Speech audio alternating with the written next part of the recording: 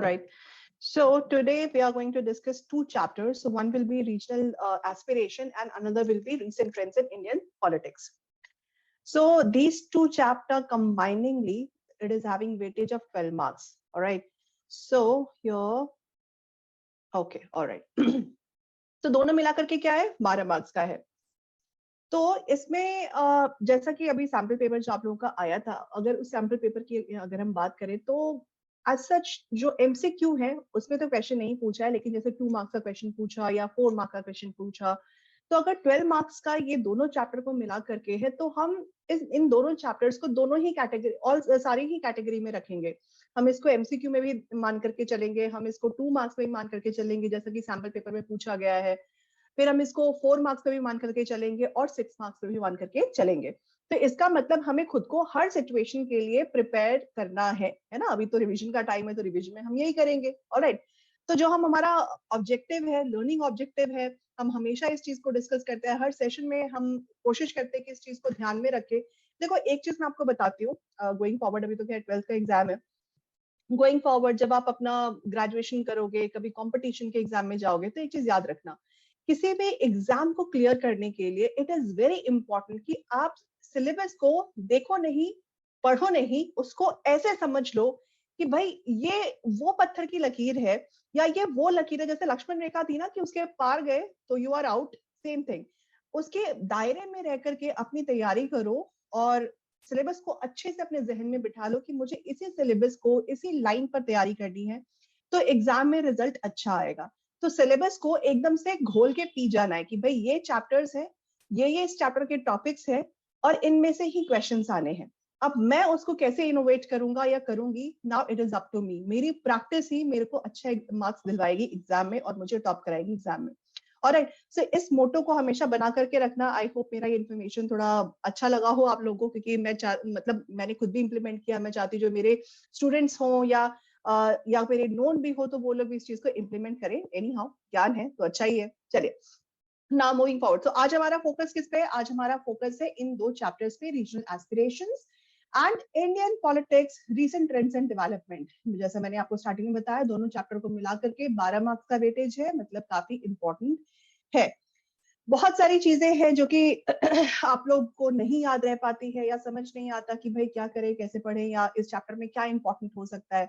देखो मैंने देखा था, जैसे टेलीग्राम पे भी किसी ने लिखा था फॉरेन पॉलिसी वाले चैप्टर का, if I am not wrong, कि इंपॉर्टेंट टॉपिक्स कौन से. मैं कहती हूँ अगर उस चैप्टर का वेटेज है ना, अकेला उस चैप्टर का वेटेज है, जहां हम स्टार्टिंग में पहले दो चैप्टर्स को हम 8 मार्क्स का मान के चल रहे थे, आपका जो चैप्टर 4 है वो अकेला 8 मार्क्स का वेटेज रखता है. अगर 8 मार्क्स का कोई चैप्टर है, अकेले उसकी इतनी वेटेज है जितना हम सभी चैप्टर्स को नहीं देखते हैं, इसका मतलब वो चैप्टर तो इंपॉर्टेंट है, उसके तो सारे टॉपिक्स ही आप पढ़ लो. एक बार ये समझ आ गया ना, तो आंसर चाहे क्वेश्चन चाहे एमसीक्यू बेस्ड हो या 2 मार्क्स पे हो, 4 मार्क्स पे हो, 6 मार्क्स पे हो, कोई मतलब नहीं है इस चीज का. अगर समझ आ गया तो आप किसी भी मार्क का क्वेश्चन आए आप उसको अटेम्प्ट कर पाओगे.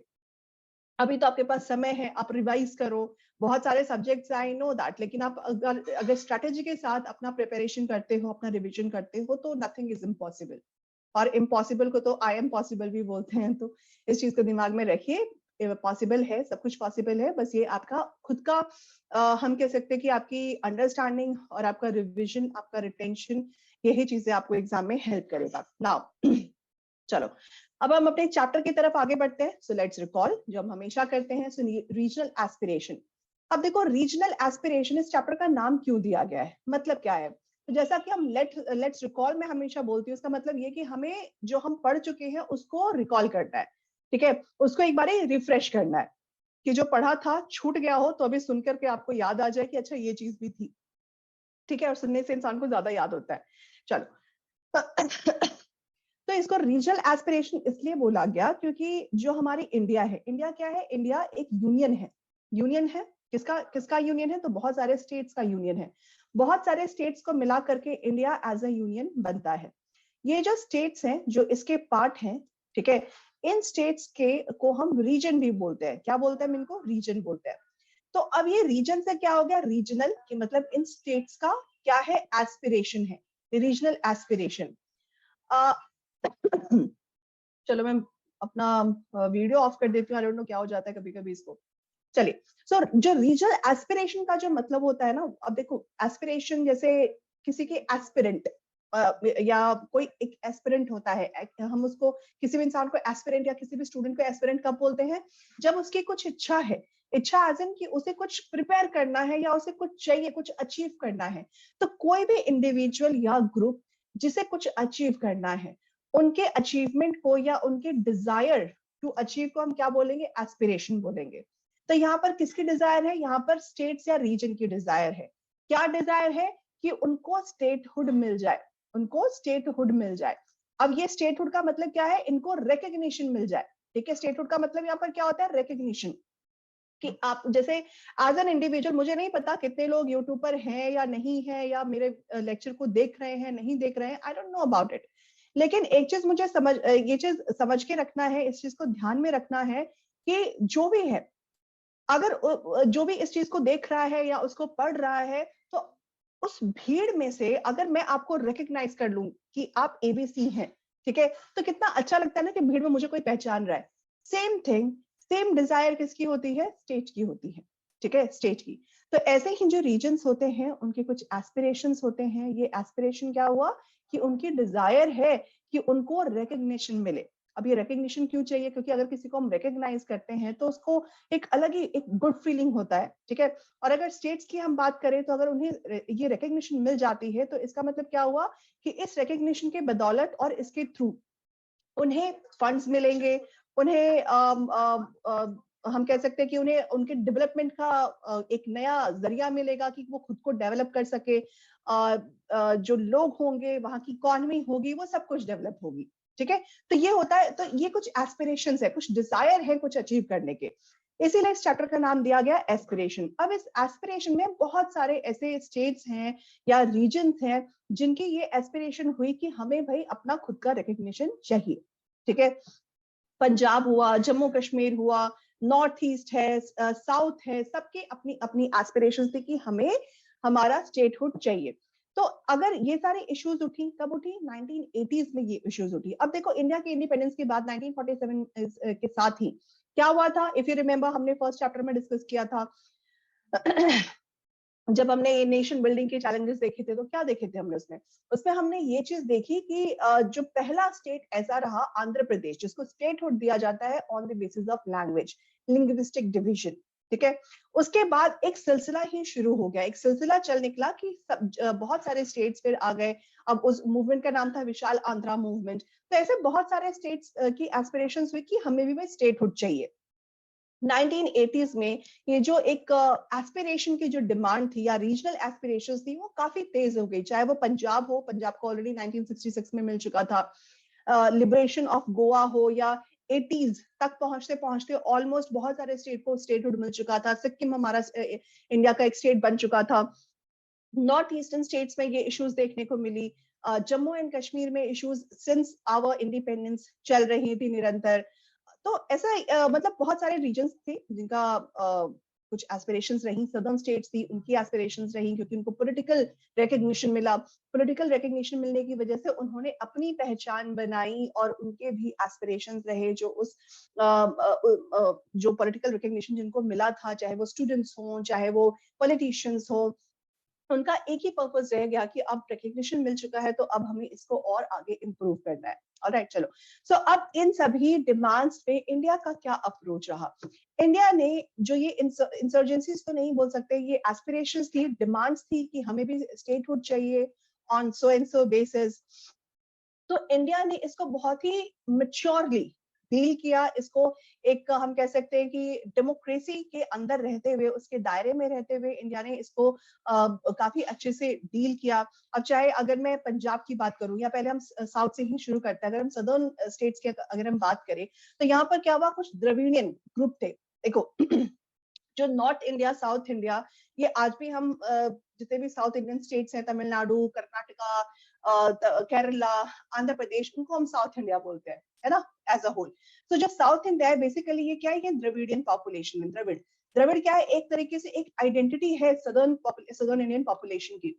तो द्रविडियन मूवमेंट शुरू होता है साउथ के कुछ ग्रुप्स से, ऑलराइट। और इन लोगों ने क्या किया, इन लोगों की डिमांड थी कि एक सेपरेट कंट्री का गठन किया जाए, सेपरेट कंट्री बनाई जाए और उससे उनको एक सेपरेट आइडेंटिटी भी मिलेगी, ऑलराइट। तो अब इन सब चीज में जो इंडिया का अप्रोच था वो क्या था, इंडिया ने इसको एक डेमोक्रेटिक अप्रोच इसको दिया।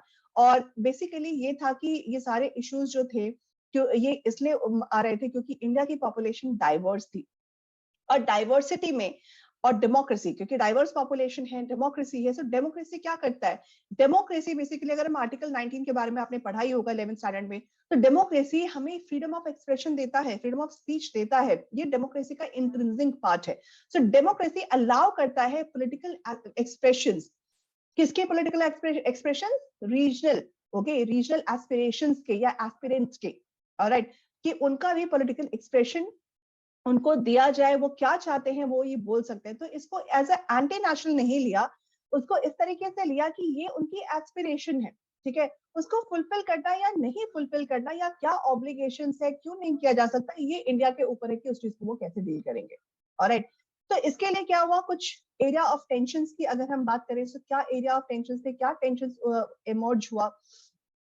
जैसे मैंने बताया कि बहुत सारे स्टेट्स थे, Jammu and Kashmir, Punjab, north east, south में ही कर्नाटका, आंध्र प्रदेश, गुजरात, महाराष्ट्र, ये पहले ही सेपरेट हो चुके थे, तमिलनाडु से आंध्र प्रदेश सेपरेट हो चुका था।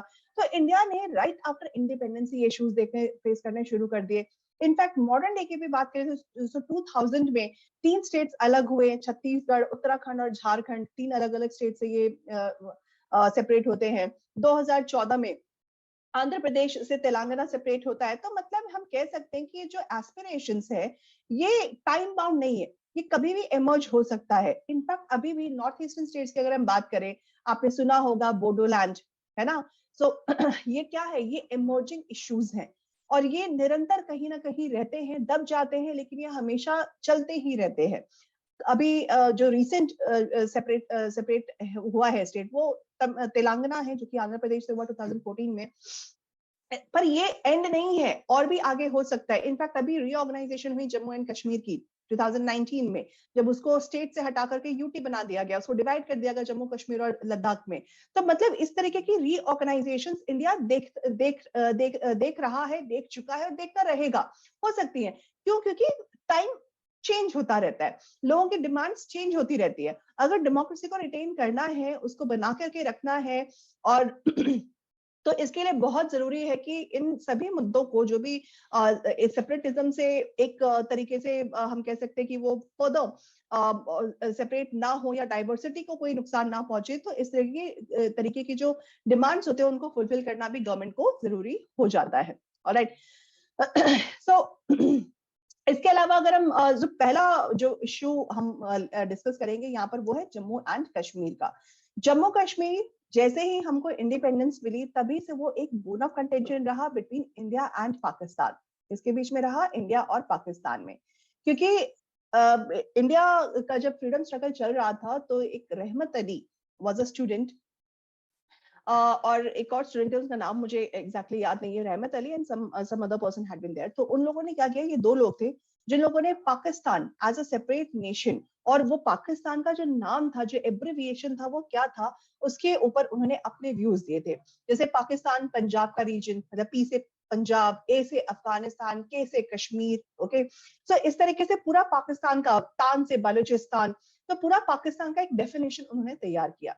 तो ये जो पाकिस्तान का कश्मीर के साथ जो लगाव था, वो यहाँ से शुरू हो गया when they started demanding partition of India on the basis of 2 nation theory, ठीक है। क्योंकि कश्मीर का जो पॉपुलेशन था, मोर ओवर दे वर मुस्लिम, क्या थे, मुस्लिम मेजोरिटी थी। रूलर जो थे कश्मीर के, वो थे हिंदू, महाराजा हरि सिंह, जब इंडिया को इंडिपेंडेंस मिलती है। अब रूलर हिंदू है, पॉपुलेशन मुस्लिम है, तो यहाँ पर क्लैश होना लाजमी था, okay, it was all obvious. So issues क्या हुए कि इंडिया के इंडिपेंडेंस के बाद, जब हमने फर्स्ट चैप्टर में डिस्कस किया था कंसोलिडेशन, तो जब कंसोलिडेट करना था, उस कंसोलिडेशन फेज में जम्मू और कश्मीर ऑलरेडी एक बोन ऑफ कंटेंशन था इंडिया और पाकिस्तान के बीच में। और जम्मू एंड कश्मीर का जो स्टेटस था during the time of independence, वो एक प्रिंसली स्टेट था। यहाँ का जो प्रिंस था वो हिंदू था, जैसे मैंने बताया। वो चाहते नहीं थे कि वो इंडिया या पाकिस्तान दोनों में से किसी को भी ज्वाइन करें, क्योंकि ये ऑप्शन दिया गया था प्रिंसली स्टेट्स को कि उन्हें क्या करना है, उन्हें अपना भविष्य खुद चुनना होगा। क्या वो पाकिस्तान के साथ जाना चाहते हैं या वो इंडिया के साथ जाना चाहते हैं, और they wants to remain neutral. अब ये इंडिया का कॉल था कि इंडिया के टेरिटरी में रह करके कोई न्यूट्रल रहना चाहता है तो उसको कैसे डील करना है। तो इसमें सरदार वल्लभ भाई पटेल ने बहुत अच्छे से डील किया। सो यहाँ पर पॉपुलेशन की प्रॉब्लम थी, मतलब पॉपुलेशन का इशू था, हिंदू राजा मुस्लिम पॉपुलेशन दोनों का क्लैश होना लाजमी था। तो यहाँ पर ये चीज हुई कि पाकिस्तान भी चाहता था कि कश्मीर उसका हिस्सा बने, मतलब सोच के बैठा था कि कश्मीर तो हमारा है, कहीं नहीं जा रहा है, लेकिन राजा ने बोला कि हम तो भाई पाकिस्तान तो नहीं जाएंगे, इंडिया में भी जाना है या नहीं जाना वो हम सोचेंगे। लेकिन पाकिस्तान क्या करती है, इनफिल्ट्रेशन शुरू कर देती है कश्मीर के अंदर। जब इनफिल्ट्रेशन की इशू आगे आती है, सो वहां पर महाराजा हरी सिंह के पास बस एक ऑप्शन था कि वो इंडिया से हेल्प मांगे। सो इंडिया से जब हेल्प मांगा तो क्या उनको बोला गया कि ठीक है हम आपकी हेल्प करेंगे, हम अपने फोर्सेस भेजेंगे ताकि पाकिस्तान अपना इन्फिल्ट्रेशन बंद करे। उसके लिए आपको इंस्ट्रूमेंट ऑफ एक्सेशन साइन करना पड़ेगा। ठीक है, ये इंस्ट्रूमेंट ऑफ एक्सेशन क्या है, एक तरीके का अग्रीमेंट है। ठीक है, सो इस इंस्ट्रूमेंट ऑफ एक्सेशन के साइन होने के तहत कश्मीर इंडिया का हिस्सा रहेगा। तो राजा हरि सिंह ने बोला कि ठीक है रहेगा तो, लेकिन हमें इंडिया मतलब कश्मीर का अपना एक आइडेंटिटी है।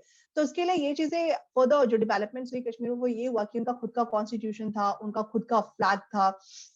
ऑल्दो कश्मीर इंडिया का पार्ट था लेकिन वो कहीं ना कहीं एक तरीके से इंडिपेंडेंट, एक न्यूट्रल उसको एक पोजीशन दे दी गई। ठीक है, तो इस तरीके की चीजें रही। तो इंस्ट्रूमेंट ऑफ एक्सेशन साइन करने के बाद कश्मीर इंडिया का हिस्सा हो गया। अब इंडिया का हिस्सा होने के साथ साथ now it was India's responsibility कि उसको पाकिस्तान के साथ कैसे टैकल करना है। सो कश्मीर का इशू इससे सॉल्व नहीं होता है। ऑल्दो इंडिया का हिस्सा बन गया था लेकिन इन्फिल्ट्रेशन अभी भी जारी थी। सो जो हमारे द देन प्राइम मिनिस्टर थे नेहरू जी, उन्होंने क्या किया इस मुद्दे को कि पाकिस्तान हमें परेशान कर रहा है, कश्मीर में बार बार घुसने की कोशिश कर रहा है, हमारे राजा तो जाते नहीं थे but still he is trying to do it and now it is part of India. So इस मुद्दे को वो ले जाते हैं यूनाइटेड नेशंस, यूनाइटेड नेशंस में लेकर जाएंगे, इंटरनेशनल लेवल पर इस मुद्दे को उठाएंगे तो कुछ तो हेल्प मिलेगी, कुछ तो होगा। अब इंडिया की डेमोक्रेसी को रिटेन करके रखना है तो कुछ तो हेल्प चाहिए कहीं से, तो ले गए इस मुद्दे को। कहा जाता है कि आज भी ये गलत डिसीजन था। ठीक है, कि इंडिया को कश्मीर के इशू को बाहर नहीं लेके जाना चाहिए था, वो घर में ही इस चीज को सॉल्व कर सकते थे, बट बहुत ज्यादा प्रेशर था, इस वजह से कश्मीर के इशू को उठाया गया एट इंटरनेशनल लेवल। तो कश्मीर इशू अब क्या बन गया, वो बन गया अब एक international dispute between India and Pakistan. और इसके अलावा जो पॉपुलेशन थी मुस्लिम पॉपुलेशन, उनके लिए ये बन गया fight for Kashmiriyat. Alright, and this fight for Kashmiriyat is what? That is identity of the Kashmiris. अब अगर हिंदू राजा है तो वो अपने पॉपुलेशन पे अपना कल्चर इंपोज करेगा। मतलब ये एक तरीके से थ्रेट था लोगों का, इतने सालों से रह रहे थे लेकिन अब था कि इंडिपेंडेंस मिल गई तो भाई हमको भी आजादी चाहिए, तो हमको आपसे आजादी चाहिए। अब ये था कि अगर हम इंडिया में चले गए तो कहीं हिंदू राष्ट्र ना बन जाए, या बहुत सारे ऐसे इश्यूज मुद्दे रहे होंगे। तो ये कुछ इश्यूज थे कि जो कश्मीरी पॉपुलेशन था उनको कश्मीरियत चाहिए थी, that was identity of the Kashmiris. और ये अब एक इंटरनेशनल डिस्प्यूट बन गया था इंडिया एंड पाकिस्तान का। पर इसके अलावा भी मतलब जो 1950 में जब इस इशू को लेकर जाया गया, इसके बाद भी ये इशू रिजॉल्व नहीं हुआ, निरंतर चलता रहा। बट 2019 में ये इशू खत्म होता है जब कश्मीर का फाइनली डिवीजन हो जाता है और उसका जो स्टेटस था स्टेटहुड का, और आर्टिकल 370 मोर ओवर ये सारा जो भी स्टेटस था वो आर्टिकल 370 के अंडर था। आर्टिकल 370 इंडिया का कॉन्स्टिट्यूशनल आर्टिकल था, उसको रिवोक कर दिया जाता है, उसको खत्म कर दिया जाता है। इसके खत्म होने के साथ साथ जो स्टेटस था जम्मू एंड कश्मीर का वो भी खत्म हो जाता है, और जम्मू एंड कश्मीर अब एक स्टेट ना होकर के यूनाइटेड टेरिटरी, यूनियन टेरिटरी बन जाता है। और वो भी 2 यूनियन टेरिटरीज बनती हैं, पहले एक होता है जम्मू एंड कश्मीर और दूसरा होता है लद्दाख। अब ये जम्मू एंड कश्मीर में ये जो 2 यूनियन टेरिटरीज है, बेसिकली ये 2 यूनियन टेरिटरीज एक ही स्टेट का हिस्सा थे, लेकिन दोनों का कल्चर एकदम डिफरेंट। लद्दाख एक कोल्ड डेजर्ट है, ठीक है, जहां पर ऑल द टाइम बर्फ ही रहती है, वहां का पॉपुलेशन का जो पॉपुलेशन डेंसिटी है वो भी काफी कम है। जम्मू एंड कश्मीर पॉपुलेशन है, ऑल्दो उनकी खुद की कल्चर है, मुस्लिम पॉपुलेशन मेजॉरिटी में है, हिंदूज भी है, बट एमर्जिंग इश्यूज हमेशा ऐसे आते रहते थे। सो 2 contrast culture, now it is part of 2 union territories, Ladakh and Jammu and Kashmir. जैसे 1999 में करगिल वॉर हुआ, वो भी और इसके पहले जब 1962 में इंडिया चाइना वॉर हुआ, वो भी लद्दाख का रीजन जो था अक्साई चिन एरिया, जिसपे चाइना ने अपना खुद का होल्ड कर लिया कि हमारा हिस्सा है, ये इंडिया में चला गया है। तो ये सब इश्यूज रहे, तो इन इश्यूज को टैकल करने के लिए वंस एंड फॉर ऑल के आर्टिकल 370 का रिवोक होना बहुत जरूरी था। चलिए, नाउ मूविंग फॉरवर्ड, अब हम पंजाब का डिस्कशन करेंगे। तो पंजाब बेसिकली जो हमने फर्स्ट चैप्टर में भी डिस्कस किया था कि टिल 1966 1950 से ये इशू शुरू हो गया था कि पंजाब को भी डिवाइड करना है। पंजाब में 2 लैंग्वेज ग्रुप थे, एक था हिंदी स्पीकिंग और दूसरा था पंजाबी स्पीकिंग, ठीक है। सो इन दोनों को डिवाइड करना था, मतलब यहाँ पे रीजनल एस्पिरेशंस शुरू हो गई थी। सो बेसिकली जो सोशल कॉम्पोजिशन था ये सबसे पहले पार्टीशन के साथ चेंज हुआ, क्योंकि बहुत सारे हिंदूज मुस्लिम्स पाकिस्तान चले गए, बहुत सारे हिंदूज पाकिस्तान या सिख पाकिस्तान से इंडिया में आए। तो ऑलरेडी एक टाइम पे पार्टीशन के टाइम पे कुछ चेंजेस, जो सोशल कॉम्पोजिशन था वो चेंज हो चुका था। इसके बाद 1966 में हिंदी स्पीकिंग हरियाणा और हिमाचल प्रदेश पंजाब से सेपरेट होता है, पंजाबी स्पीकिंग को पंजाब में ही रखा जाता है, तो ये एक डिवीजन हुआ। 1970s में जो अकाली दल था, वो लोग क्या करते हैं, वो लोग सेपरेट स्टेट की मांग शुरू कर देते हैं, खालिस्तान। आज भी कहीं ना कहीं ये जो इशू है ये हमें सुनने को मिल जाता है, खालिस्तान। और इसके there was one person who was named as Bhindranwala, alright. तो भिंडरवाला बहुत ही फेमस था, कहीं ना कहीं एक हमारा जो पॉलिटिकल हिस्ट्री है उसका बहुत ही अहम हिस्सा रहा, ऑलराइट, जिसमें जो Indira Gandhi the then prime minister in 1984 उनकी डेथ भी हो जाती बिकॉज ऑफ दिस रीजन, क्योंकि उन्होंने ऑपरेशन ब्लू स्टार इनिशिएट किया, जिसमें गोल्डन टेम्पल के अंदर, जहाँ पे भिंडरवाला और उसका पूरा जो गैंग था जो कि खालिस्तानी मूवमेंट को चला रहे थे, उसको खत्म करने के लिए अटैक किया गया, ऑपरेशन चलाया गया, मिशन चलाया गया। और इस मिशन का बदला लेने के लिए जो इंदिरा गांधी थी, उन्हीं के जो सिक्योरिटी गार्ड्स थे, उन्होंने उनको मार दिया, क्योंकि वो भी सिख थे। और ये जो एक और फिर इस इंसिडेंट के बाद क्या हुआ, Sikh rights, alright, anti Sikh rights. तो एंटी सिख राइट में बहुत सारे स्टेट्स में जहां जहां पे सिख पॉपुलेशन दिखती थी, उनको जिंदा जला दिया जाता, बहुत ही ब्रूटल रहा एक तरीके से।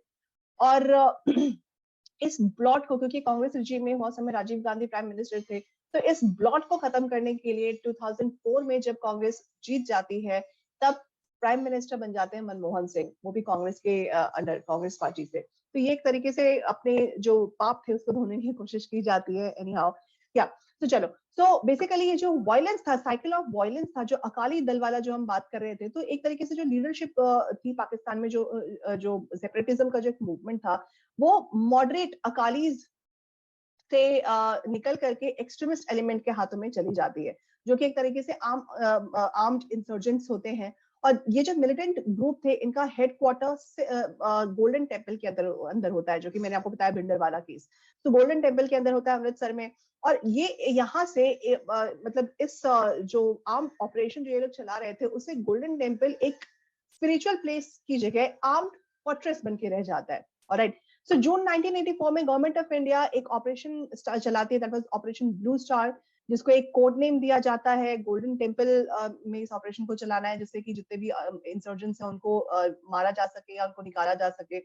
इस ऑपरेशन में गवर्नमेंट सक्सेसफुली मिलिटेंट्स को निकालने में कामयाब होती है। भिंडरवाला की भी डेथ हो जाती है, जो इस मूवमेंट का लीडर था। और rest of the story I have already told you. All right. Now we'll move on to, after Punjab we'll move on to North Eastern, जो कि काफी important है आपके एग्जाम के लिए। मैं इसको ज्यादा डिटेल में नहीं करूंगी, क्योंकि आप लोग ऑलरेडी पढ़ चुके हो। स्टोरी हम कभी और भी डिस्कस कर सकते हैं। आप पहले अपना अच्छे से एग्जाम दे लो। इस एग्जाम में जितनी भी आपको हेल्प चाहिए, बस उस पे ही हम अपना डिस्कशन फोकस करेंगे। ज्यादा हमें इसको ज्यादा डिस्कशन हमें चैप्टर का को डिटेल में नहीं लेकर के जाना है, हमें बस थोड़ी थोड़ी चीजों को रिकॉल करना है। Alright, now north eastern states की अगर हम बात करें, तो यहाँ पे कुछ जो एस्पिरेशंस है वो अलग है, वो अलग तरीके की है। जैसे हमने जम्मू एंड कश्मीर में देखा, वहां पे कुछ ना कुछ रिलीजन बेस्ड था। पंजाब में लैंग्वेज बेस्ड था। नॉर्थ ईस्टर्न स्टेट्स की अगर हम बात करें, तो यहाँ पे जो इशू थे वो कुछ अलग थे। क्या इश्यूज थे? बेसिकली यहाँ पे एक आइडेंटिटी का इशू था। आइडेंटिटी क्या थी? So north east basically India का इंट्रिंसिक पार्ट नहीं था। इंडिया का हिस्सा ये कब बनता है? जब ब्रिटिश हमारे यहाँ रूल करना शुरू कर देते हैं, ठीक है। इसके बाद जो उनका एक्सपेंशन होता है टुवर्ड्स बर्मा, उसमें जो नॉर्थ ईस्टर्न स्टेट जो आज हमारा 7 सिस्टर्स हैं, अरुणाचल, असम, मेघालय, त्रिपुरा, मिजोरम, नागालैंड, तो ये जो 7 सिस्टर्स है ये इंडिया का हिस्सा बन जाती है। लेकिन अब प्रॉब्लम ये थी कि जो आसाम था, ओके, जो मोर ओवर ये जो नॉर्थ ईस्टर्न स्टेट्स है वो आसाम हुआ करता था। अब ये आसाम सिर्फ आसाम ही नहीं है, यहाँ पे बहुत सारे ट्राइबल पॉपुलेशन भी है, नॉन ट्राइबल पॉपुलेशन भी है, ओके। तो यहाँ पे भी रीजनल इश्यूज इमर्ज हुए because of identity of the people, because of imposition of the identity of Assamese, alright. तो 1947 या हम कह सकते हैं कि इंडिपेंडेंस के बाद बहुत सारे चेंजेस इंडिया ने विटनेस करना शुरू कर दिया। त्रिपुरा, मणिपुर, खासी हिल्स जो कि मेघालय का हिस्सा थे, अभी भी हैं, बोरा खासी जयंतिया, तो जो खासी हिल्स है मेघालय में, ये सब प्रिंसली स्टेट्स हुआ करते थे। और अगर आपको याद हो, हमने डिस्कस भी किया था कि नॉट मेघालय, मणिपुर, ऑलराइट, जहाँ पर यूनिवर्सल एडल्ट फ्रेंचाइज के तहत इलेक्शन करवाया गया था, जो कि पहला इंसिडेंट था। यूनिवर्सल एडल्ट फ्रेंचाइज के तहत इलेक्शन होता है और इसके साथ साथ वहां पर कॉन्स्टिट्यूशनल मोनार्की की भी शुरुआत होती है। तो मतलब वो एक प्रिंसली स्टेट था और कुछ जो हम मॉडर्न डेवलपमेंट्स देखते हैं वो हमें वहां पर देखने को मिलते हैं। इसके अलावा जो वहां पे ट्राइबल पॉपुलेशन है, जैसे कि मेघालय में गारो, खासी, जयंतिया, तो वो ट्राइबल कल्चर जो काफी एनरिच्ड है। और अभी भी जो जैसे हमारे यहाँ पे जो ग्राउंड रूट डेमोक्रेसी है या पंचायती राज सिस्टम जिसको हम बोलते हैं, तो पंचायती राज सिस्टम जो ट्राइबल पॉपुलेशन, जो ट्राइबल बेल्ट है नॉर्थ ईस्टर्न स्टेट्स का, वहां पे आज भी इसको इम्प्लीमेंट नहीं किया गया है। रीजन क्या है? क्योंकि उनका खुद का एक कल्चर है। एक सोशियोलॉजी में टर्म है इन लोगों के लिए यूज किया गया, दरबारकुर, जो कि मेघालय में एक हम कह सकते हैं जो पंचायती काउंसिल है, जो कि on the basis of this tribal culture इसको बनाया गया है। तो उनके पास ऑलरेडी इस तरीके का ग्रास रूट डेमोक्रेसी है, तो मतलब एक एनरिचमेंट है इनके कल्चर की। सो कल्चरल कॉन्फ्रंटेशन के इश्यूज बहुत ज्यादा थे नॉर्थ ईस्टर्न स्टेट्स में। एनी हाउ, तो ये प्रिंसली स्टेट्स हुआ करते थे। अब इंडिपेंडेंस के बाद तो यही इश्यू था ना कि प्रिंसली स्टेट्स को अपना क्या स्टेटस रखना है, alright. So north eastern states को भी ये था कि उसे इंडिया का हिस्सा बनाया जाए। तो नॉर्थ ईस्टर्न स्टेट का जितना भी रीजन था, बहुत सारे पॉलिटिकल रीऑर्गेनाइजेशन वहां पे होना शुरू हो गया। नागालैंड को 1963 में स्टेटहुड दे दिया जाता है, फॉलोड बाय मणिपुर, त्रिपुरा, मेघालय, ठीक है। 1987 तक इन स्टेट्स को भी इन रीजन्स को भी स्टेटहुड दे दी जाती है। 1947 के बाद जो इंडिया का जो पार्टीशन होता है, इसने क्या किया, जो रीजन, जो जितने भी इंडिया के जो रीजन थे और वहां पे जो नेग्लिजेंसीज थी, वो कहीं ना कहीं कम हुई। लेकिन नॉर्थ ईस्टर्न स्टेट में ये नेग्लिजेंसी देखी गई। मतलब इसको लोगों ने इसको कहीं ना कहीं फील किया कि north eastern state despite of the fact कि वो इंडिया का हिस्सा है, आज भी कहीं ना कहीं डेवलपमेंट के नाम पे वो निग्लेक्ट किया गया है या निग्लेक्ट किया हुआ एक हिस्सा है। तो क्योंकि वहां पे डेवलपमेंट एट पार नहीं था as compare to rest of the mainland, या हम इंडिया की बात कर ले, तो डेवलपमेंट के इश्यूज थे। ये भी एक मुद्दा रहा कि नॉर्थ ईस्टर्न स्टेट्स में या नॉर्थ ईस्ट में रीजनल एस्पिरेशंस देखे जाते हैं या उसकी शुरुआत होती है। तो कुछ रीजन से क्या था, जैसे कि जो रीजन था नॉर्थ ईस्टर्न, वो आइसोलेटेड रहा, काफी टाइम तक आइसोलेटेड रहा। इनफैक्ट कुछ ना कुछ हमें ऐसे इश्यूज देखने को मिल जाते हैं जो कि कल्चरल कॉन्फ्रंटेशन है। जैसे कोविड-19 के टाइम पे एक नॉर्थ ईस्टर्न गर्ल ट्रैवल कर रही थी, जब वो एयरपोर्ट पे होती है तो एक पढ़ा लिखा आदमी उसके ऊपर स्पिच करता है और उसको बोलता है दैट शी इज कोरोना।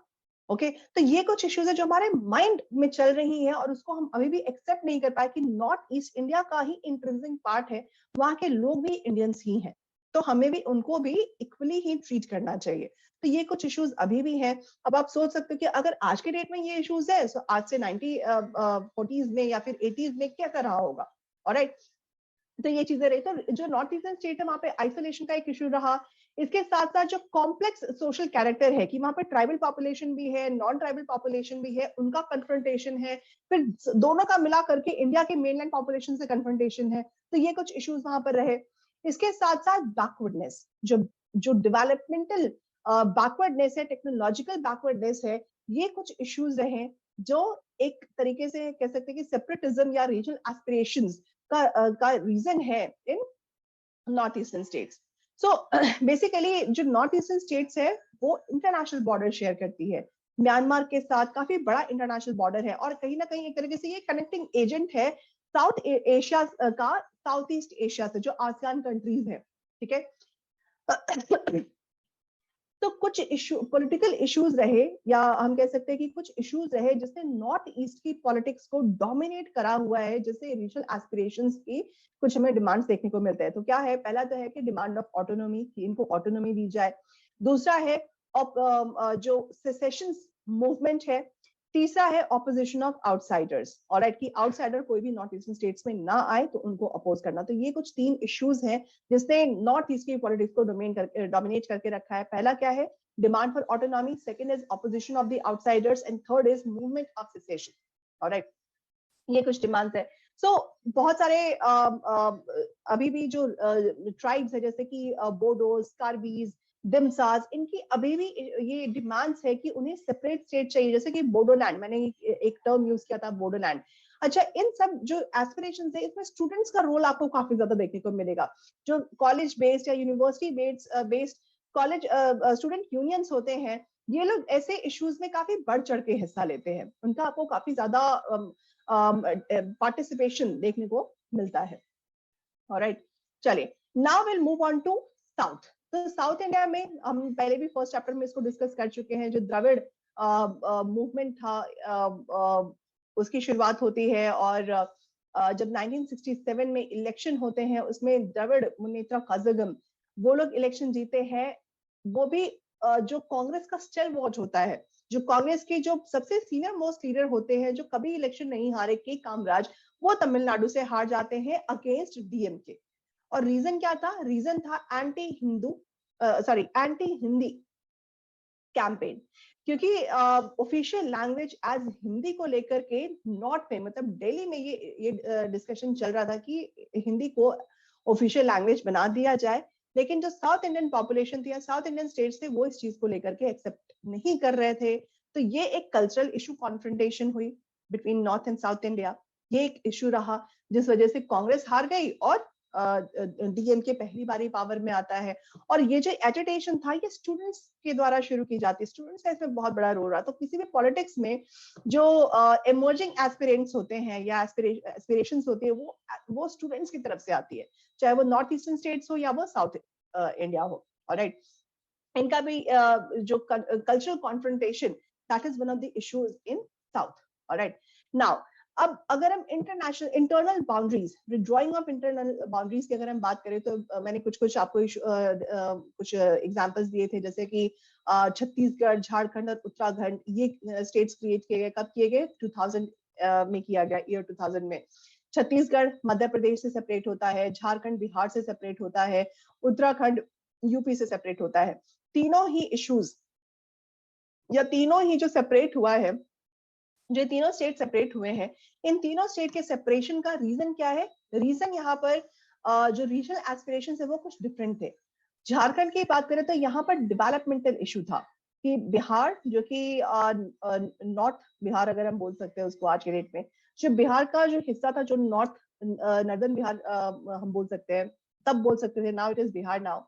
सो वहां पे रिसोर्सेज की कमी थी, रिसोर्सेज झारखंड में थे, लेकिन फिर भी जो पॉवर्टी थी वो झारखंड में ज्यादा थी। ठीक है, तो इसके लिए कि झारखंड को खुद का एक आइडेंटिटी मिले, और ट्राइबल पॉपुलेशन भी काफी ज्यादा थी, और जो पॉलिटिक्स कह सकते हो, हम बिहार का पॉलिटिक्स बोल सकते हैं, जिन्होंने काफी ज्यादा ध्यान नहीं दिया ट्राइबल पॉपुलेशन पे, जो कि झारखंड की ट्राइबल पॉपुलेशन पे, और उनके आइडेंटिटी इश्यूज भी इमर्ज हुए। Alright, so that was one of the some of the reasons of separation of Jharkhand from Bihar.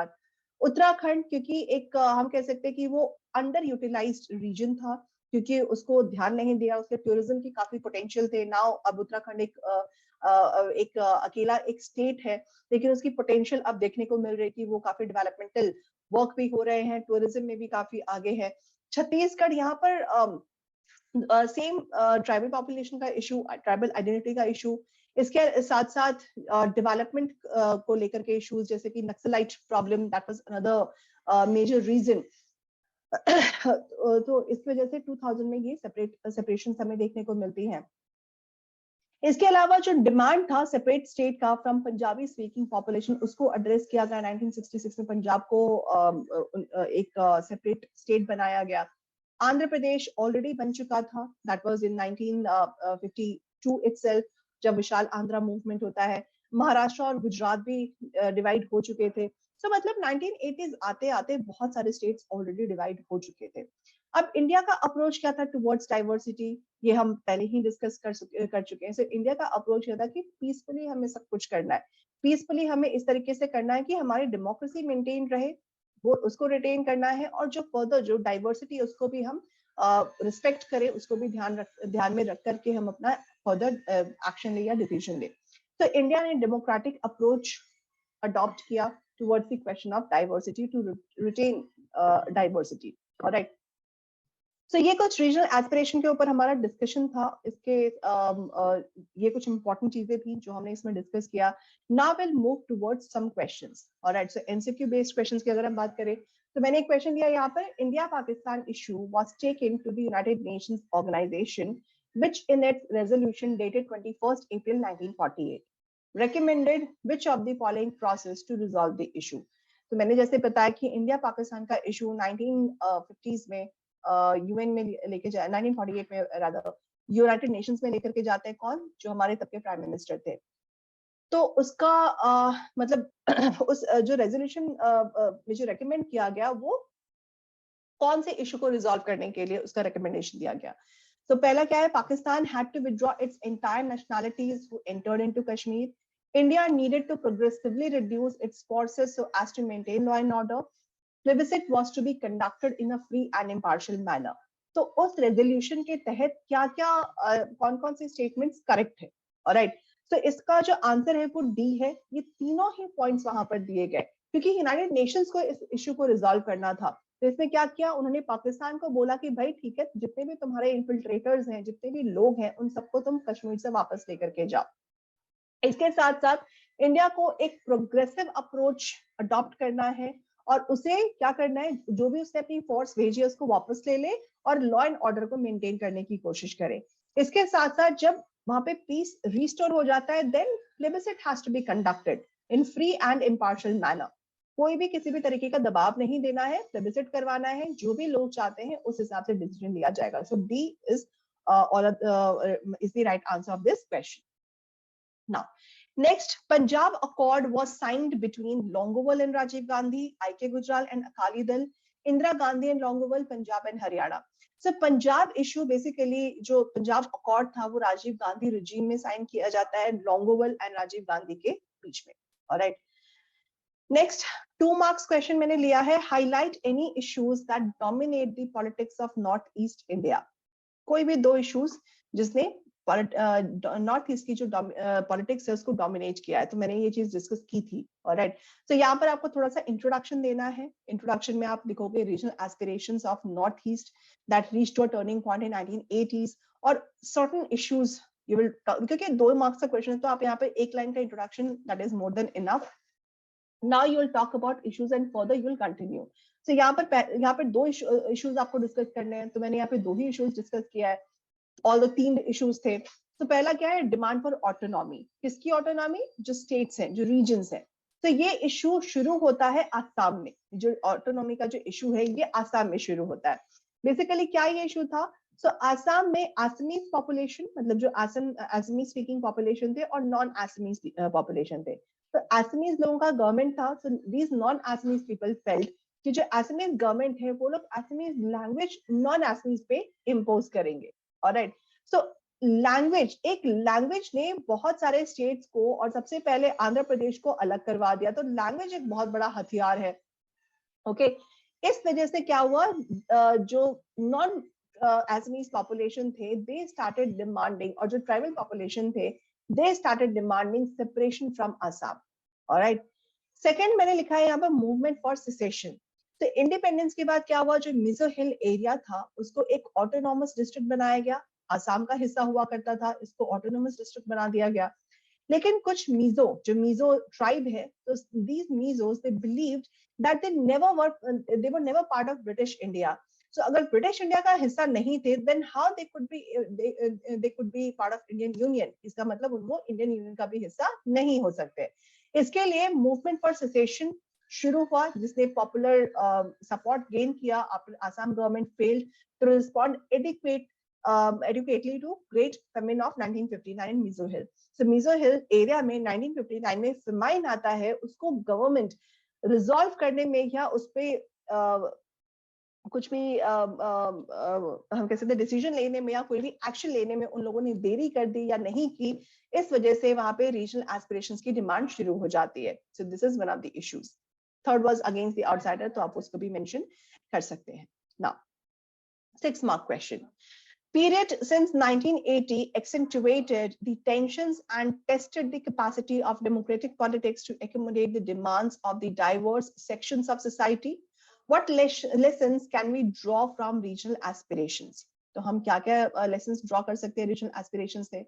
So यहाँ पर 1980 की बात हो रही है कि 1980 ने accentuate किया है tensions, और इसने मतलब ये इंडिया की बात हो रही है कि इंडिया ने 1980 में कुछ टेंशंस देखे हैं और उसने हमारी डेमोक्रेटिक पॉलिटिक्स कैपेसिटी को टेस्ट भी किया है. ठीक है, to accommodate the demands of diverse sections of society. Diverse section मतलब पंजाब डिमांड कर रहा है, छत्तीसगढ़ डिमांड कर रहा है, नॉर्थ ईस्टर्न स्टेट्स डिमांड कर रहा है. तो इन सब सिचुएशन में इंडिया ने इसको बहुत ही अच्छे से टैकल किया. लेकिन हमने इससे क्या सीखा है? ठीक है, so we have to discuss the lessons. What lessons we have learned. मैंने यहाँ पे कुछ लेसन्स लिखे हैं.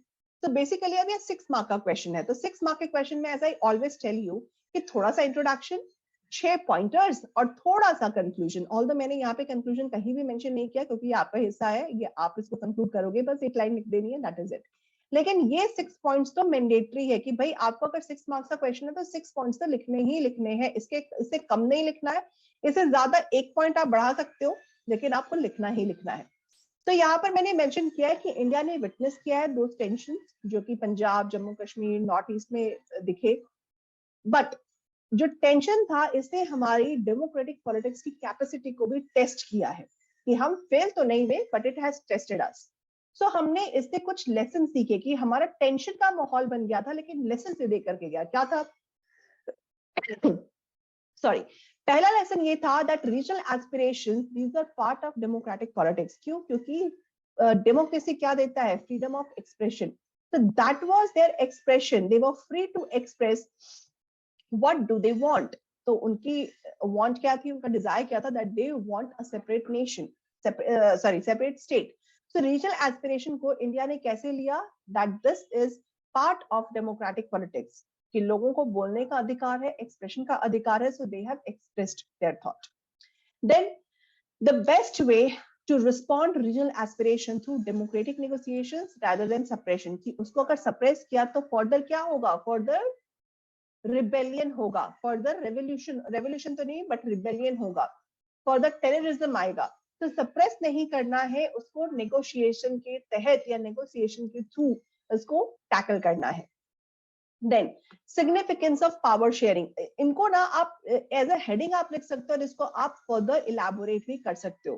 Alright, तो ये मेन मेजर हेडिंग्स है. तो significance of power sharing. Power sharing का मतलब क्या कि let's suppose Congress government north eastern state में अपनी गवर्नमेंट बनाती है. अगर वो एडमेंट हो जाए कि हम नॉर्थ ईस्टर्न स्टेट के किसी भी रीजनल पार्टी को कैबिनेट में या किसी भी रीजनल पार्टी के साथ पावर शेयर नहीं करेंगे, तो क्या होगा? तो रिबेलियन आएगा. ऑलराइट, तो जो टेररिज्म के इश्यूज हो सकते हैं, इंसर्जेंसी के इश्यूज हो सकते हैं. तो यहाँ पर significance of power sharing is very important to understand कि जो रीजनल पार्टीज हैं या छोटी छोटी जो पार्टीज हैं रीजनल लेवल पे, उनको भी पावर शेयरिंग उनके साथ की जाए. तो उससे उनका मोटिवेशन उनको मिलेगा, वो कहीं ना कहीं बूस्टअप होंगे और कहीं ना कहीं डेवलपमेंट ऑफ द स्टेट के ऊपर काम करेंगे. ठीक है, नेक्स्ट है regional imbalance in economic development contributes to the feeling of regional discrimination. Regional imbalance in economic development. Okay, so regional imbalance क्या है? Basically जो नॉर्थ ईस्टर्न स्टेट्स है वहां पे इकोनॉमिक डेवलपमेंट के इश्यूज हैं कि कहीं ना कहीं उनके जो इश्यूज हैं वो ये है कि रीजनल इन रीजन्स में या इन स्टेट्स में इकोनॉमिक डेवलपमेंट हैम्पर हुआ है. तो इसने क्या किया? इसने कंट्रीब्यूट किया है the feeling of regional discrimination. So इसकी वजह से रीजनल डिस्क्रिमिनेशन पे की गई है. तो उस रीजनल इम्बैलेंस को ध्यान में रख करके इकोनॉमिक डेवलपमेंट के ऊपर काम करना है, तो इकोनॉमिक डेवलपमेंट कंट्रीब्यूट करना है. Then fifth is appreciate the far-sightedness of the makers of constitution in dealing with the question of diversity. So basically question ये कॉन्स्टिट्यूशन मेकर्स को हम क्यों अप्रिशिएट कर रहे हैं, इसलिए अप्रिशिएट कर रहे हैं, रीजन है इसको अप्रिशिएट करने का। रीजन क्या है? रीजन ये है कि हमारे कॉन्स्टिट्यूशन मेकर्स ने डाइवर्सिटी को मेंटेन रखने के लिए, उसको रिस्पेक्ट करने के लिए कुछ ऐसे प्रोविजंस, कुछ ऐसे आर्टिकल्स हमारे कॉन्स्टिट्यूशन में मेंशन किए हैं। जैसे कि हम शेड्यूल 6 की यहाँ पर है, 6 शेड्यूल की अगर हम बात करें, ठीक है, या हम माइनॉरिटी राइट्स जो हमारे फंडामेंटल राइट में आर्टिकल 29, आर्टिकल 30 है, अगर हम इनकी बात करें, तो ये क्या है, ये कुछ माइनॉरिटीज, ट्राइबल पॉपुलेशन हो गए या फिर कल्चरल माइनॉरिटी हो गई, लिंग्विस्टिक माइनॉरिटी हो गई, तो उनके लिए ये काम करता है, उनके प्रति ये काम करता है। तो ये कुछ चीजें इंडिया ने जो कॉन्स्टिट्यूशन मेकर्स थे उन लोगों ने ध्यान रखा है और उसको, उन प्रोविजंस को हमारे कॉन्स्टिट्यूशन में शामिल करा है। तो इसके लिए हम उनको अप्रिशिएट करते हैं कि उनकी फार साइटेडनेस, उन लोगों ने देख लिया था कि गोइंग फॉरवर्ड दीज इश्यूज में arise before India. Alright, then 6 schedule, basically हमारा जो कॉन्स्टिट्यूशन है उसके कुछ हिस्से हैं, आर्टिकल्स हैं, शेड्यूल्स हैं। जो 6 शेड्यूल हैं ये डिफरेंट ट्राइब्स को complete autonomy allow करता है so that they could preserve their customary practices and laws. Okay, so ये कुछ pointers आप यहाँ पर mention कर सकते हो, उसको elaborate कर सकते हो। 6 marks का question है तो 6 points mandatory हैं to be written, और थोड़ा सा conclude करके इसको end कर दीजिए। Alright, now moving forward, next question, map based question। map based question आपका 5 या 6 marks में आ सकता है, मोreover 5 marks में आता है। So map based question, यहाँ पे 5 पॉइंटर्स हैं, 5 स्टेट्स दिए गए हैं, उनमें से आपको सिलेक्ट करना है, उनमें से आपको पहले एनालाइज करना है क्या गलत है क्या सही है। पहला स्टेट बोल रहा है, state which was the protectorate of India but became 22nd state of Indian union. State which is related with article 370, बहुत इजी है, जम्मू एंड कश्मीर है, ठीक है, article 370। State where Chipko movement started, state where Operation blue star was launched, which state which is highly affected the Naxalites, all right, by the Naxalites। तो यहाँ पर मैंने इसका आंसर रखा है। आंसर क्या है? तो पहला है, अगर हम ए की बात करें तो ए कहाँ आ रहा है? Jammu and Kashmir, that is second. तो सेकंड वाला है state which is related with article 370 of Indian constitution, that is A, Jammu and Kashmir. B, B इधर है, बी कहाँ पर है? लास्ट में। State which is highly affected by the Naxalites, तो कहाँ पर है? वेस्ट बंगाल में। ऑलराइट, सी उत्तराखंड, जहां पर चिपको मूवमेंट होता है। ऑलराइट, आपने इसको सोशियोलॉजी में पढ़ा होगा, Chipko movement. Then so here it is C, Uttarakhand. Then D, D Punjab में है। क्या है पंजाब का? Blue star, operation blue star was launched in Amritsar, golden temple. So Punjab बच गया। E, where is E? Here it is E. So Sikkim was the 22nd state. Alright, 22nd state जो India का हिस्सा बनता है। Alright, so that was Sikkim. So ये information आपको chapter को अगर आप थॉरोली पढ़ोगे, then you will be able to answer these questions. Alright, now so ये चैप्टर 8 का डिस्कशन था। Now we will move forward towards recent developments in Indian politics या Indian politics trends. Alright, in what's it, trends in Indian politics. So क्या क्या recent developments है, हम उसके ऊपर चर्चा करेंगे। It is very important to know कि आखिर इंडिया का जो इंडिपेंडेंस के काफी सालों के बाद, मतलब एक एरा खत्म करने के बाद क्या क्या डेवलपमेंट्स होते हैं, इन डेवलपमेंट्स को समझना बहुत जरूरी है। ऑलराइट,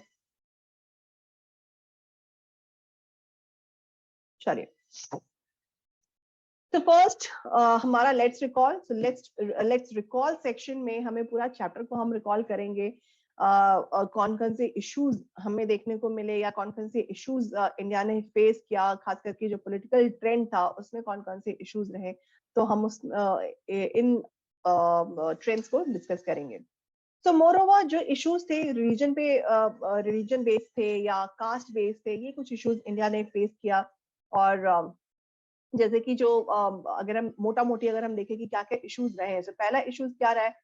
पहला तो रहा है हमारा जो पॉलिटिकल डेवलपमेंटल, हम बोल सकते हैं, जो पॉलिटिकल चेंजेस जो इंडिया में हुए। जो कांग्रेस का हार जाना टुवर्ड्स 1980s, जो एंड ऑफ 1980s था। बेसिकली 1984 में इंदिरा गांधी के डेथ के बाद, उनकी जब हत्या हो जाती है, उसके बाद राजीव गांधी को प्राइम मिनिस्टर बनाया जाता है। 1989 तक राजीव गांधी का टाइम रहता है। राजीव गांधी नेक्स्ट इलेक्शन में हार जाते हैं। 1989 में बेसिकली होता क्या है कि none of the party, Congress party को सबसे ज्यादा सीट मिलती है लेकिन फिर भी कोई भी मेजोरिटी में नहीं आ पाता, मतलब इतनी मेजोरिटी की वो अपनी सरकार बना ले कि नहीं आ पाते। एक आपके चैप्टर में ना एक अमूल का एड भी दिया हुआ है, कांग्रेस, ओके कांग्रेस, ये बड़ा अच्छा एक वो था, कार्टून था। सो किसी को भी मेजोरिटी नहीं मिल पाती है।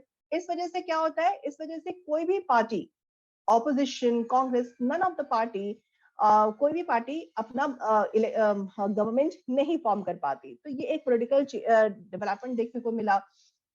बेसिकली यहाँ पर जो 1989 का इलेक्शन था, उसमें उसके ऊपर कुछ जो पॉलिटिकल साइंटिस्ट हैं उन्होंने ये व्यू भी दिया कि ना it was end of Congress system. क्या है ये, कांग्रेस सिस्टम का एंड है, कांग्रेस सिस्टम जो अभी तक चल रहा था, now it has ended. Okay, so कुछ पॉलिटिकल साइंटिस्ट ने अपने ये व्यूज दिए हैं।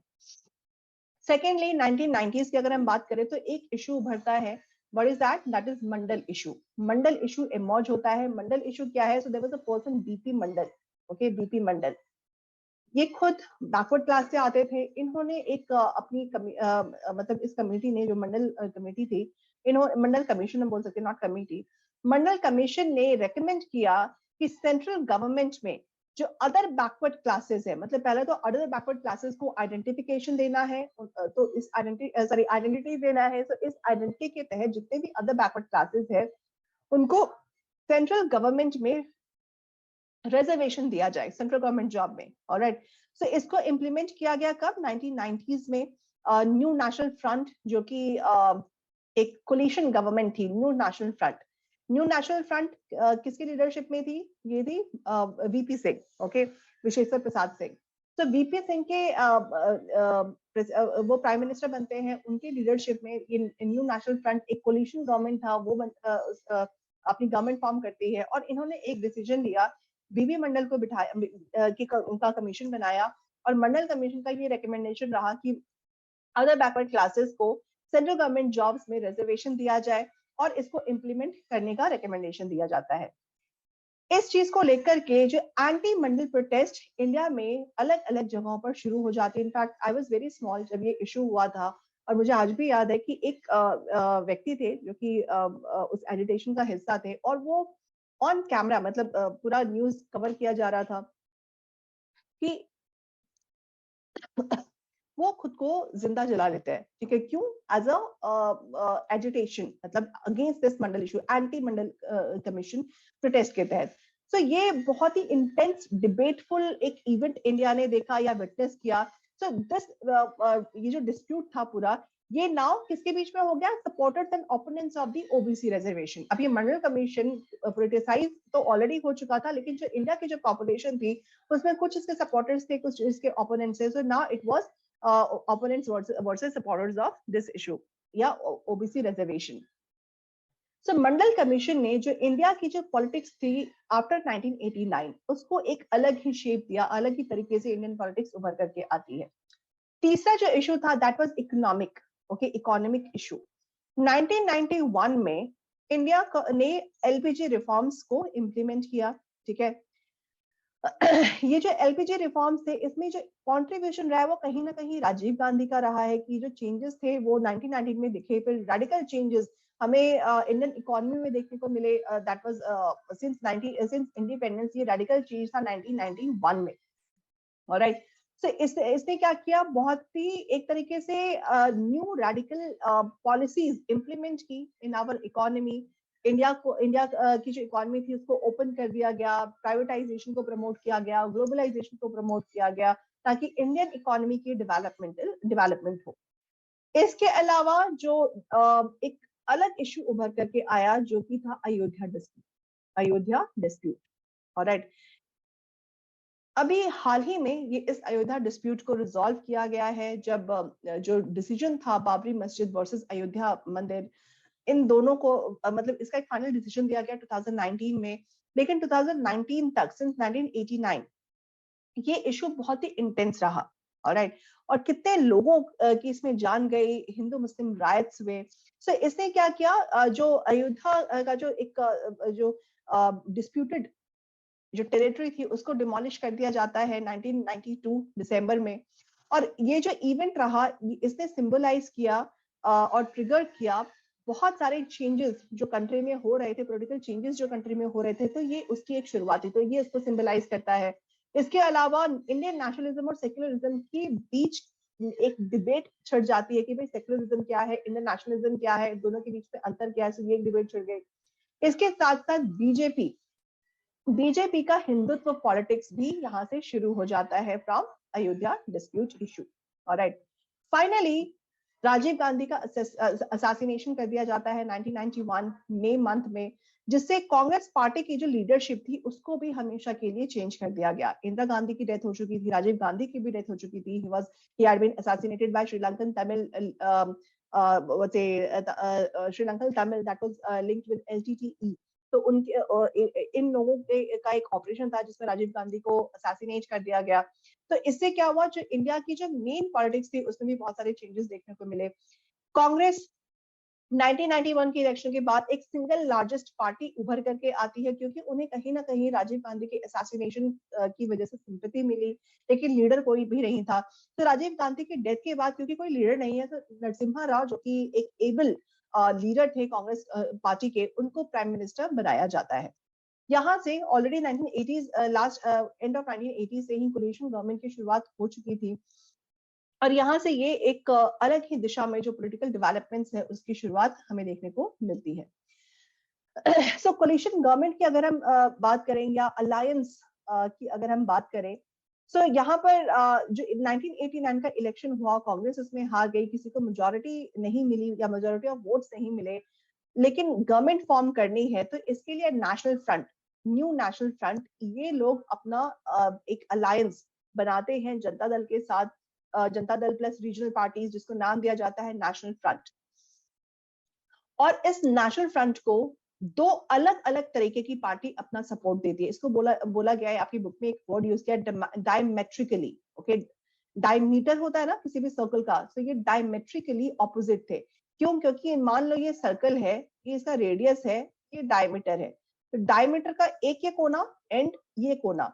सो ऐसे ही अगर हम पॉलिटिक्स की बात करें तो ये सेंटर हो गया, ये लेफ्ट हो गया और ये राइट हो गया। तो राइट कौन है? बीजेपी, और लेफ्ट कौन है? लेफ्ट पार्टीज जैसे कि सीपीआई एंड ऑल। राइट, तो ये दो तरीके की डायमेट्रिकली डिफरेंट पार्टीज ने अपना सपोर्ट किसको दिया? Janata Dal plus regional parties, ठीक है, जिनके आइडियोलॉजी बिल्कुल ही डिफरेंट थे। उन लोगों ने नेशनल फ्रंट को अपना सपोर्ट दिया। अब सपोर्ट दो तरीके की होती है, एक तो ये कि अपने एमएलए के साथ सपोर्ट किया या एमपीज के साथ सपोर्ट किया तो गवर्नमेंट पे वो भी हिस्सेदार रहेंगे। लेकिन अगर आप बाहर से सपोर्ट करें, बाहर से सपोर्ट करने का मतलब कि आपने एमपीज नहीं दिए हैं, आपने क्या किया, जब भी वोटिंग होती है तो आपके एमपीज वोट देंगे आपके फेवर में। ओके, तो बाहर से सपोर्ट किया किसने? बीजेपी ने। बीजेपी और लेफ्ट फ्रंट ने, उन लोगों ने गवर्नमेंट ज्वाइन नहीं की। डिक्लाइन ऑफ कांग्रेस एक सेक्शन है इसमें, उसमें ये डिस्कस किया गया है कि जो कांग्रेस थी आफ्टर इंदिरा गांधी डेथ, इंदिरा गांधी ने जैसे जैसे मैनेज कर लिया after Lal Bahadur Shastri and Jawaharlal Nehru death, लेकिन राजीव गांधी की डेथ के बाद नाउ जो लीडरशिप थी कांग्रेस की, वो कहीं ना कहीं एक तरीके से शेकन हो जाती है कि कोई भी एक एबल लीडर हमें नहीं देखने को मिलता है। दैट वाज द टाइम जब अलायंस पॉलिटिक्स की शुरुआत होती है। बहुत सारे जो या 90s की अगर हम बात करें, सो 90s में अलग अलग तरीके की बहुत सारी पॉलिटिकल पार्टीज का इमरजेंस होता है, और ये पॉलिटिकल पार्टीज कहीं ना कहीं एक तरीके की दलित या बैकवर्ड कास्ट मूवमेंट को भी रिप्रेजेंट करते हैं। Alright, so many of these parties they had represented powerful regional exertions along with political developments। And इसके साथ साथ इन पॉलिटिकल पार्टीज का बहुत ही इंपॉर्टेंट रोल होता है in the making of United front government, जो कि 1996 में अपना गवर्नमेंट फॉर्म करती है।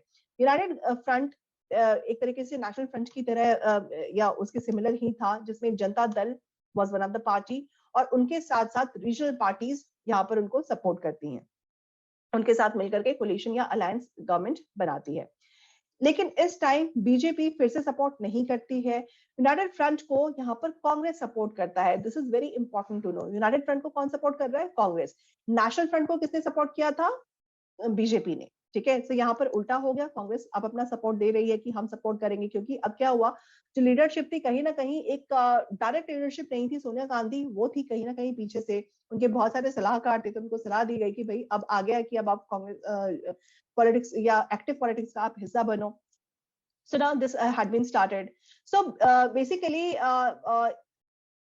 जो ये जितने ये पॉलिटिकल चेंजेस हो रहे थे, इसमें काफी सारे जो रीजनल लेवल की जो पॉलिटिक्स थी उसमें भी बदलाव देखने को मिले, नेशनल लेवल की पॉलिटिक्स में भी बदलाव देखने को मिले। So any how United front, इसको कांग्रेस ने सपोर्ट किया। सो इससे ये देखने को मिलता है, इसका ये सिग्निफिकेंस है कि जो अनस्टेबिलिटी थी पॉलिटिकल इक्वेशंस में वो काफी ज्यादा थी। ऑलराइट, 1989 में लेफ्ट और बीजेपी दोनों ने नेशनल फ्रंट को सपोर्ट किया, लेकिन in 1996 situation got changed, non Congress government का फॉर्मेशन होता है, लेकिन it was supported by Congress, और कहीं ना कहीं जब भी सिचुएशन टेंस होती है तो वो अपना सपोर्ट भी वापस ले लेते हैं और सरकार खत्म हो जाती है। सो फ्रॉम 1991 एंड 1996 इस तरीके से एक तरीके से हम कह सकते हैं कि अनस्टेबल गवर्नमेंट इंडिया को देखने को मिलता है।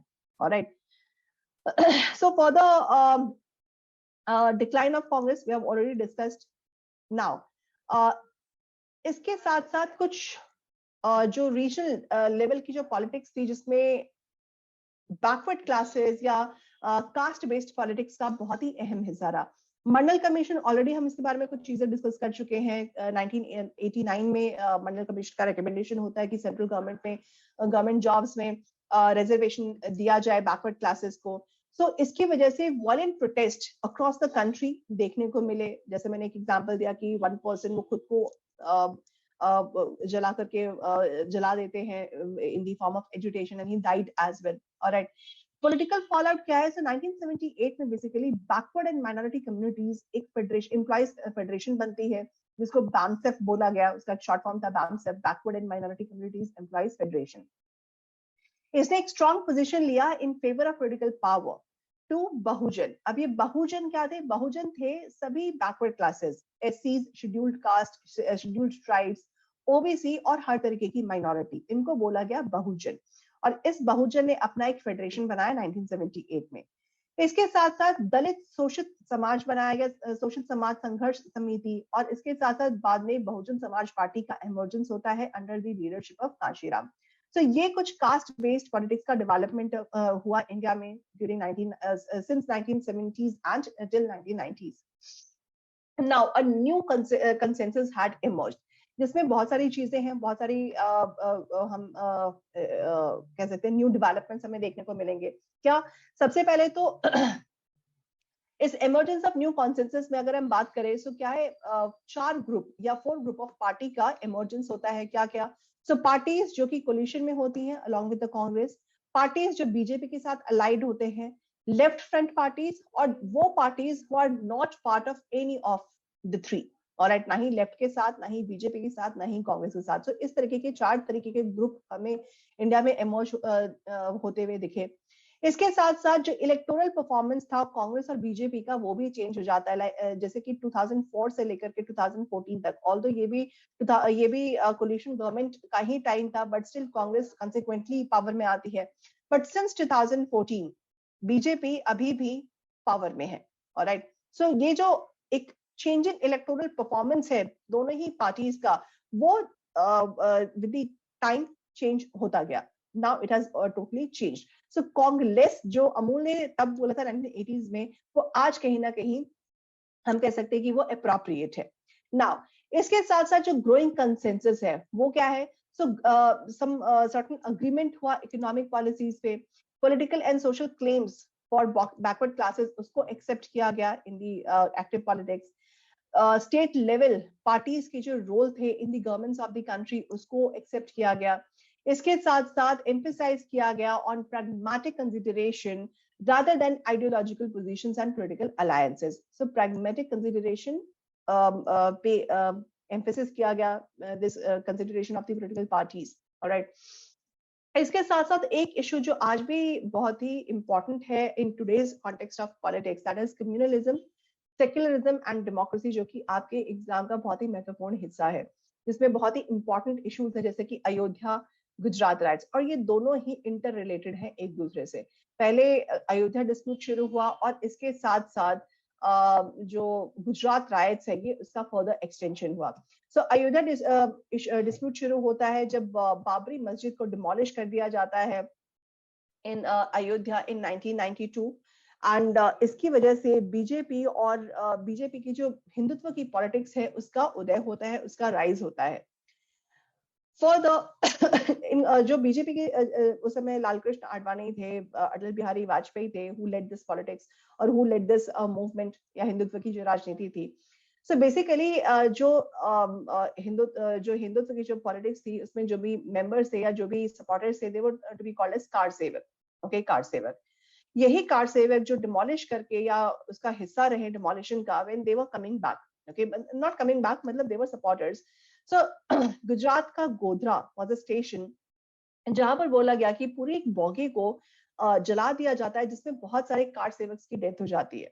ऑलराइट, सो ये यहाँ से गोधरा राइट शुरू होता है या गुजरात राइट्स शुरू होते हैं, क्योंकि कार सेवक्स को पहले अयोध्या को बाबरी मस्जिद को डिमोलिश किया गया, उसने मुस्लिम्स की सेंटिमेंट्स को हर्ट किया, उन लोगों ने कार सेवक्स को जला दिया गोधरा पे, इस वजह से 2002 में हिंदू सेंटिमेंट्स हर्ट हुए। ऑलराइट, सो इसकी वजह से it took place through an incident at a station called Godhra in 2002। Alright, जहां पर एक लार्ज स्केल वायलेंस हुआ against Muslim in many parts of Gujarat from the next day of this Godhra incident. एक दिन पहले गोधरा में हिंदूज को जलाया, उसके बाद मुस्लिम के अगेंस्ट पूरा वायलेंस या राइट शुरू हो जाता है। नेशनल ह्यूमन राइट्स कमीशन ने इस पूरे इंसिडेंट को क्रिटिसाइज किया और गुजरात गवर्नमेंट के रोल को भी क्रिटिसाइज किया in failing to control violence. मतलब गुजरात गवर्नमेंट बीजेपी का गवर्नमेंट था, Narendra Modi the prime minister, present prime minister, he was chief minister during that time. उनके रोल को क्रिटिसाइज किया गया कि उन्होंने अप्रोप्रिएट एक्शन नहीं लिया वायलेंस को कंट्रोल करने के लिए, उन्होंने प्रॉपर रिलीफ प्रोवाइड नहीं किए विक्टिम्स को सपोर्ट करने के लिए, विक्टिम्स को रिलीफ देने के लिए। इसके अलावा prosecute the perpetration of this violence as well, nothing has been done. Alright, so इसके लिए नेशनल ह्यूमन राइट्स कमीशन ने द देन चीफ मिनिस्टर को क्रिटिसाइज किया या गवर्नमेंट को क्रिटिसाइज किया। सो ये कुछ इश्यूज या पॉलिटिकल developments या political changes India ने देखे हैं in the year 1990s, and 2000s and even in the present. चलो, now moving forward towards questions. So पहला question MCQ I have taken. Consider the following statements about the election of 1996. क्या क्या हुए थे? United Front government came to power in 1996. United Front was similar to the National Front of 1989.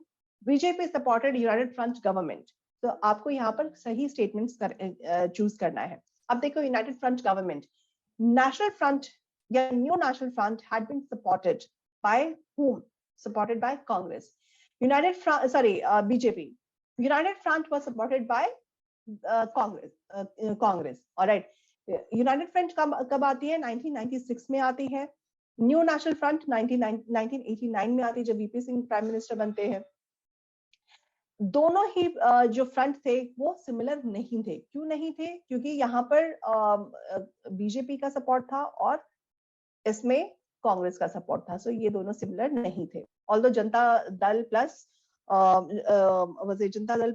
Regional parties, but इसके साथ BJP Congress का role change होता गया। BJP ने यूनाइटेड फ्रंट गवर्नमेंट को सपोर्ट किया, so no, it is incorrect. Alright, so यहाँ पर जो करेक्ट स्टेटमेंट है वो क्या है? करेक्ट स्टेटमेंट आपका होगा 1 and 2। Alright, so A is the right answer. चलिए, next is what happened to the state government after demolition of Babri Masjid. State government के साथ क्या होता है after demolition of Babri Masjid? So Babri, that is in UP, Ayodhya में है। So first is BJP state government was dismissed. Other states where BJP was in power also put under president's rule. Case against Chief Minister of UP was registered in Supreme Court. All of the above. So D is the right answer. So D ये सारे ही issues वहाँ पर देखे गए या सारे ही incidents right after demolition of Babri Masjid देखा गया. All right. 2-mark question है, while throwing some light on the Mandal issue, give one reason of anti-Mandal protest in India. So हमने मंडल इशू को डिस्कस किया था इन द बिगनिंग। क्या था Mandal issue? Recommendation for the other backward classes in the central government jobs. Alright, so ये चीज थी। So as per the decision of New National Front government in 1989 में फॉर्म हुआ, 1990 में इन लोगों ने अपना डिसीजन दिया कि जो मंडल कमीशन का जो रिकमेंडेशन है उसको इम्प्लीमेंट करना है, जिसमें सेंट्रल गवर्नमेंट में रिजर्वेशन देनी है for the job to be given to the other backward classes. All right. इसके अगेंस्ट एंटी मंडल प्रोटेस्ट शुरू हो जाती है या वायलेंस शुरू हो जाता है different parts of the country. Reason क्या था? एक रीजन आपको देना है. रीजन ये था कि इसने रेकमेंड किया 27% of seats to be reserved for the other backward classes in the central government jobs. Alright, so इस तरीके से आप अपना ये आंसर लिख सकते हो.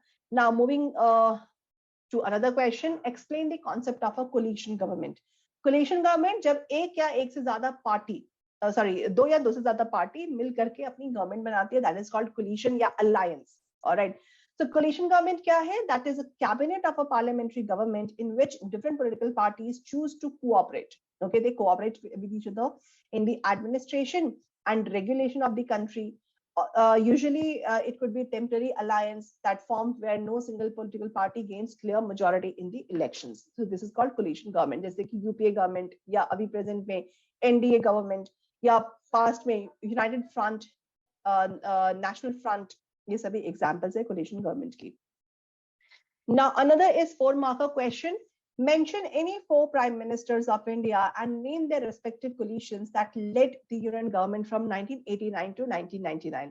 आपकी बुक में ना एक पूरा चार्ट दिया गया है जिसमें 1989 से लेकर के 1999 तक जितने भी प्राइम मिनिस्टर्स रहे, उन्होंने जितनी भी जिन पार्टी से भी कोलिशंस की है उनका पूरा डिटेल दिया गया है. एनी हाउ मैंने यहाँ पर मेंशन किए हैं कुछ अच्छे, क्योंकि यहाँ पर ये 4 मार्क्स का है तो हमें 4 प्राइम मिनिस्टर्स के बारे में डिस्कस करना था, तो यहाँ पर आप थोड़ा सा इंट्रोडक्शन दोगे दैट यू कैन गिव.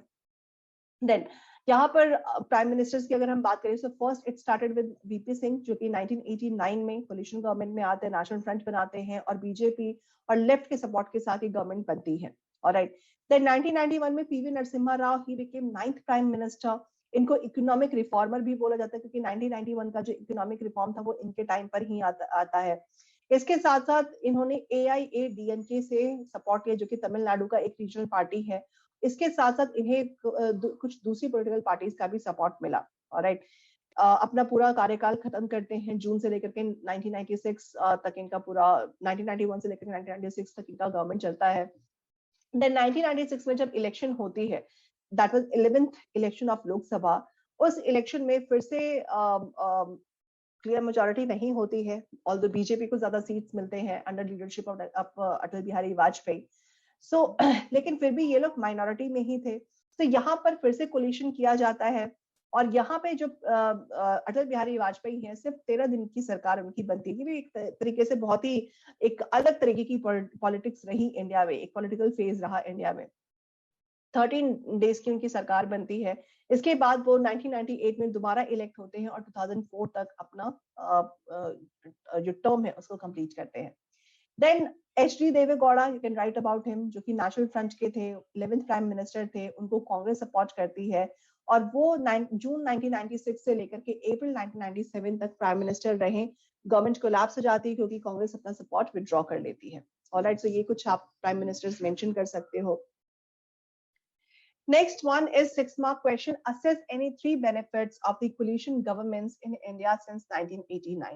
आपको 3 बेनिफिट्स बताने हैं कि आखिर कोलिशन गवर्नमेंट की बेनिफिट्स क्या होती है. अब देखो, कोलिशन गवर्नमेंट मतलब सिंगल पार्टी रूल नहीं है, मल्टी पार्टी रूल है. मल्टी पार्टी कोलिशन में हमने ये देखा है कि जो अलायंसेस होती हैं या मल्टी पार्टी सिस्टम में होता क्या है कि रीजनल पार्टीज नेशनल पार्टीज को सपोर्ट करती हैं. तो यहाँ पर रीजनल पार्टीज के लिए एक विन विन सिचुएशन है कि अगर वो सपोर्ट करेंगे नेशनल पार्टी को तो नेशनल पार्टी उनके बेनिफिट के लिए काम करेगी. सो जो एक डिवीजन है या एक सेपरेटिज्म है बिटवीन रीजन एंड नेशनल, वो एक डिवीजन क्या होगा, वो कम होता जाएगा. ऑलराइट, सो इसके बहुत सारे बेनिफिट्स है. ऑल्दो यहाँ पर 3 हमें डिस्कस करने हैं, सो हम 3 बेनिफिट्स को डिस्कस करेंगे. So coalition politics, now it has shifted focus on political parties from ideological differences to power sharing arrangements. तो पहले आइडियोलॉजिकल डिफरेंसेस होते थे, उसको खत्म करके now what they are doing, they are power sharing with each other. Alright, जैसे कि NDA जो प्रेजेंट गवर्नमेंट है, NDA. So like they did not agree with the Hindutva ideology of BJP. All right. Most of the parties of the NDA, मतलब जो coalition है NDA में, so वो लोग क्या है, वो लोग हिंदुत्व जो पॉलिटिकल आइडियोलॉजी है हिंदुत्व का बीजेपी का, वो उसको सपोर्ट नहीं करते, but still they have come together and form government. So कहीं ना कहीं ये आइडियोलॉजिकल डिफरेंसेस को डिसएग्री करता है या कहीं ना कहीं उसको डिमिनिश करता है, but they are believing in power sharing. Alright. इसके साथ साथ it eliminates fear of one party dictatorship. जैसे at once there was Congress, जिनका काफी सालों तक, हम कह सकते हैं कि डेकेड्स तक, 2-3 decades they have ruled. So when democracy gets converted into dictatorship, it doesn't take time. अगर एक ही पार्टी का रूल होता रहा तो वो डिक्टेटरशिप बन सकती है. So now it has eliminated the fear because now coalition government is being here. All right. So coalition में government है. So why to fear when coalition is here? All right. Then different groups and religions can be represented in the government due to various regional and smaller political parties. जैसे मैंने बताया कि now जो regional parties है उनका जो ये fear था कि नेशनल पार्टी के साथ वो कैसे काम कर पाएंगे या डेवलपमेंट नहीं हो पाएगी, या regional religious development, regional development, diversity maintain नहीं हो पाएगी. So now this fear has ended. Alright. So these important points you can mention about. चलो. So that is all about the chapter. ये कुछ बेसिक इन्फॉर्मेशन जो हमेशा हम देते हैं. तो आपको अपने एस्पिरेशन पे लॉगिन करना है. अगर आपको ये वीडियोस को एक्सेस करनी है तो एस्पिरेशन पे जाइए, बोर्ड हेल्पलाइन पे क्लिक करिए. यहाँ पर बोर्ड हेल्पलाइन का आपको टैब मिल जाएगा. अगर आप इसको लॉगिन करोगे तो बोर्ड हेल्पलाइन पे आप क्लिक करोगे तो आपको कुछ ऐसे पेजेस दिखाई देंगे जहां पर आप रिकॉर्डिंग्स को एक्सेस कर सकते हो, सेशन के लिंक को एक्सेस कर सकते हो, मॉक पेपर्स देख सकते हो, डेली वर्कशीट्स देख सकते हो, मॉडल आंसर चाहिए तो आप उसको एक्सेस कर सकते हो. All right. So we are here to help you in all these situations. So that is all for the today. We'll meet with another very important section, that is session based on cartoon based questions. All right. So जो बहुत ही important है, बहुत लोगों का doubt भी रहा है, तो हम उसको discuss करेंगे next session में, जो कि हमारा last session होगा. तब तक के लिए thank you so much. Have a nice day और अच्छे से प्रिपेयर करो. कोई डाउट होता है तो हम टेलीग्राम पे बात कर सकते हैं. यूट्यूब पे भी आप अपने आंसर्स यहाँ पर रख सकते हो या अपने क्वेरीज यहाँ पर आप छोड़ सकते हो. हम उसको विजिट करते रहेंगे और कोशिश करेंगे कि उन क्वेरीज को जल्दी जल्दी रिजॉल्व कर दिया जाए. Alright. So thank you so much. Bye bye. Take care. Good night.